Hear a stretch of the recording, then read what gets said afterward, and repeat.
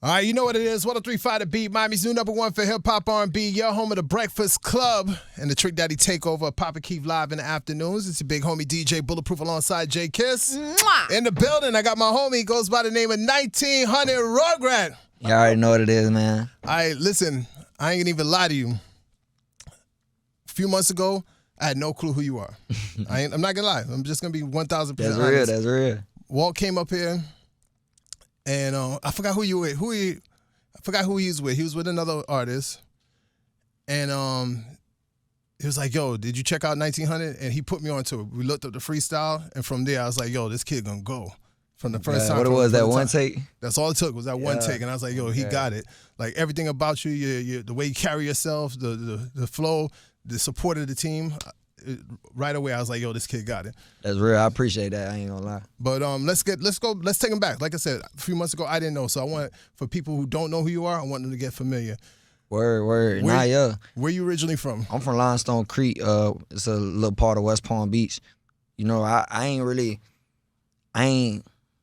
You know, like you said, you only know me for a few months. That's really the story for most people, you feel me? So it's like, I just really started getting in the booth a lot since I got a little fame on TikTok, you feel me? That gave me the opportunity and a little more money to get in the booth, you feel me? Get my focus out from other things I was doing, and I could really lock in on that. So ever since then, I just been gunning it, you feel me? But before that, you feel me? I was just a regular person, you feel me? Every day I'm trying to get right, so I'm focused on survival more so than I am, you feel me? But how far back has it been like for you, like with the rapping? Like with making music, I've been making music. I was like 13, so like 8 years, maybe 9 now. Yeah. And even like I said, you made a lot of impact in this last couple of months. I mean, I just recently saw you. You know, I follow you on the gram. Like I said, from that first introduction, I was like, okay, let me hit that follow button, whatever. So I saw you linked up Kodak. Even Rolling Loud, Kodak was going on stage. We bumped into each other backstage at Rolling Loud and whatnot. And I've seen you linking with other artists. How does it feel to be embraced by all these major artists right now? It's surreal. Like, it's the same people I grew up listening to. So especially like being from Florida, right? So like even being co-signed by Yet. Like the first time I seen him in the store, like, and he listening to my music and he just vibing to it. I don't even care if he put the song on, he vibing. That's Yet vibing to my song. So Exactly. It's like people, I don't know, people call it Dick Ryan or all types of stuff, but you know, like over here, it's like it's showing love. You feel me? And me, like, this is a surreal thing for me. It's like this is people I looked up to. Like, you can hear it in my music. You feel me? My inspiration. You can see it in the swag, and you've been, South Florida boy. But what does the 1900 stand for? Because before DJ Bulletproof was like, I was like 1900. What's going on with the 1900 Rugrats? Because I caught a little bit of you from TikTok and social media with the freestyle. So I'm hoping we can get a little freestyle drop. But I won't push it. I won't push it. But I what does the freestyle 1900 anywhere. stand for? The 1900, that's just like, everybody called me 19 growing up. You feel me? It's just like, it's like a spiritual number for me too, you feel me? Like, it's something that correlate with everything. Like, both my folks was 19 when they had me. My birthday, 8803, add up to 19, all that. So it's like, I don't know, cuz started calling me it, and then everybody else started calling me it. And then the Rugrats, I had made my name Rugrat when I was like 13. Like, this been tatted on me since I was 15 years old. I got it tatted on me. So you've been outside? Yeah, you feel me? Yeah. Okay. All right, so I know Palm Beach. I know the Palm Beach area. I would do events and whatnot. Like, it's not, people like to think when they hear Palm Beach, some people think like, oh, it's golf courses and stuff like that. But I've seen what Palm Beach is really like. You know what I'm saying? So tell us about that, what it was like growing up in Palm Beach, being around certain influences. To be real, like, it was just what it was. Like, I had, when it come to like my influences in the city, like 561 Monster and people like that, like local artists, but it ain't never really been no like person that the city had to like look up to that really made it out, you feel me? So it was like, like we weren't really, like growing up, me and my brothers we was just doing what we could, you feel me? Like at the end of the day, like we ain't had much, you feel me? We had our granny, we was in the crib deep, you feel me? So we really was just trying to stay out the way most of the time. I'm already I can speak for myself. Right. I was in that bitch just trying to stay out the way. You feel me? Because this my brother crib, all his folks. You feel me? They took me in. You feel me? So I'm trying to stay out the way. You feel me? Duck low so I don't get kicked out the crib. That's all it is. Right. So I'm making money where I can, and you feel me? Making music where I can, and that's barely anything. So that's really like why I got on TikTok, why I started freestyling, because I ain't had the money to get in the booth. So I'm like, okay, if I can't make a song every day, I could freestyle for free. You feel me? So I did that, and now I'm here. I'm just dropped the album last night. You feel me? Porch to the Pent. So Do you have any features on the album? Yeah, I only got like, I got a few. I got Yachty, Boss Man D-Lo, Skrilla, Kodak, you know, with the one take and that auntie ain't playing. Right. And then I got my brother Rick. Okay. And he grew up in Limestone. His name Rick from the Creek. Rick from the Creek. Those are some big names on your Oh God. Yeah, Yachty reached out to me like right when I blew up. You feel me? And we had got on the phone. He had called me. He was just giving me some advice. I was giving him his flowers. And that's how like I had grew that connection with him. And then D-Lo, I was like, I had made that cheat codes and I was like, bruh, I know D-Lo would slide this. And then like I got in touch with him, I think through his team, and then we had got that cranking. And then we ended up doing the show together in Homestead too. Okay. You feel me? So that was cool. And then the Yachty track, he had texted me that one day and he was just like, you know what to do. And I was like, I know what to do. So I ripped it, and then I just asked him if he got any plans with it. He was like, what you think? I was like, I'll throw it on my album, you feel me? And then that was that.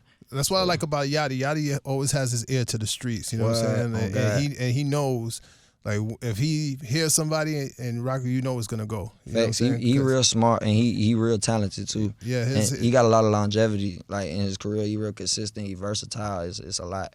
Absolutely. Yeah. Feel me? All right, so off of this project, all right, so you did like the On the Radar freestyle. That was the freestyle that I particularly saw that I gravitated to your music on. But off of that and the freestyling stuff, where do you see your career going in like the next 5 years? Nowhere but up.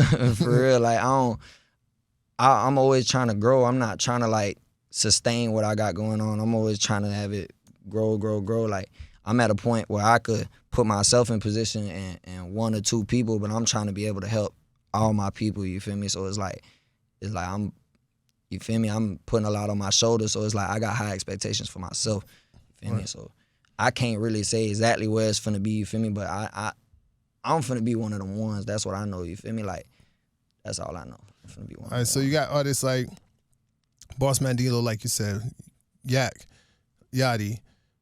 Who would be like your next go-to artist? If you had to pick, you got a wish list. Give me two artists that you say like, yo, I have to get these dudes on this joint. I'd say Sosa for sure. That's one of the ones that's like, that's my biggest. We talking Chief Keef Sosa? Yeah, that's like my biggest influence. That's my favorite artist, all that, you feel me? So that's one of the ones. I don't even really, I keep it real. I don't bump nobody but like Sosa and Yak, for real. Like when I hop in the car, I don't really like, or myself, to be real. So like probably Sosa.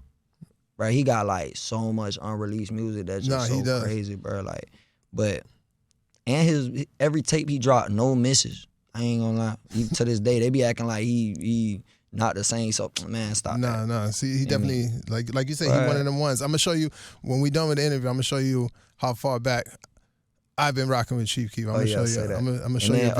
Other than Sosa, I'll probably say.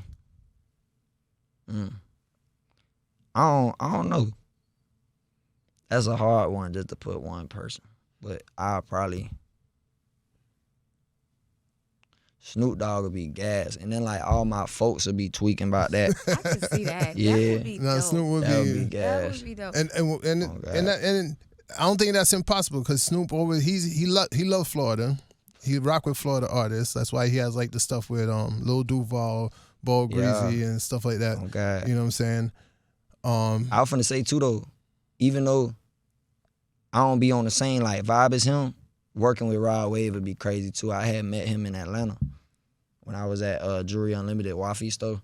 Yeah, he was in there just shopping for jewelry when I went in there, and then like I was like, I ain't finna go up to him and bother him while he's shopping. You feel me? I'm acting timid, and he had came up to me and he was like, "You been snapping, bro? I been seeing you." I was like, "What?" Like that blew my mind. You feel me? So I was just giving him his flowers. I ain't gonna lie, working with him would be crazy. Like that's one of the ones too. See, but that's the thing. You said like you don't know if he's on the vibe, but don't sleep on Rod. Like he got his versatility is very vast. You know what I'm saying? It's not just like the singing joints. You know, he could rap. Like he started when I first seen him, like way back in the day. He was rapping like. I know people who was like going to his old like shows way before he, you feel me? And he was. I'm gonna tell you, we brought Rod Wave in Palm Beach. There was a strip club called Playhouse 2 up there. Brought Rod Wave there. I know about Playhouse. Everybody know about Playhouse in Palm Beach. So way before, but this is way before.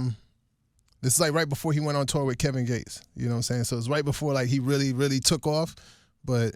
You know, that was that rapping Rod Wave at that time, like the same Rod Wave you talking about.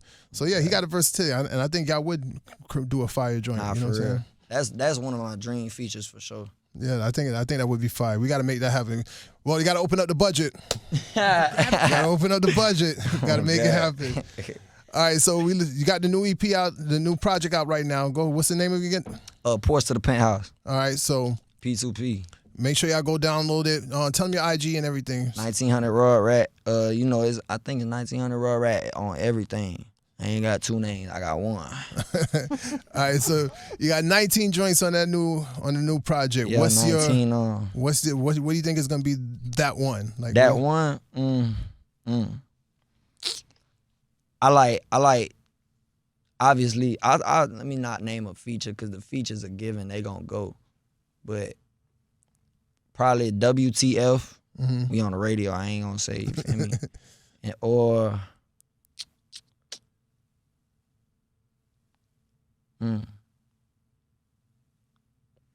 that Dying About Respect, crazy. That's a feature too, but this one my brother Rick. That Dying About Respect, probably my favorite song on that tape. So those are joints that we gonna look up for. Yeah. Listen, I want to give you an open door policy, man. Like I personally asked Walt to get you up here. I told him a couple times, like, yo, you got to bring him up here. Like I told you, I'm a fan. I ain't gonna even lie to you. And like you said, some people might call it dick riding, but I don't see a problem with showing love and letting somebody know, giving people their flowers and letting somebody know, like, yo. So what you want to do is open door policy, and I look forward to seeing greatness out of you. You feel me? Yeah, I appreciate that for real. And I appreciate you having me. And we're going to tap in, man. Like I said, you know what it is. 103.5 The Beat, Bulletproof Radio. J Kiss. 1900 Rugrat. Yeah, I already know what it is, man.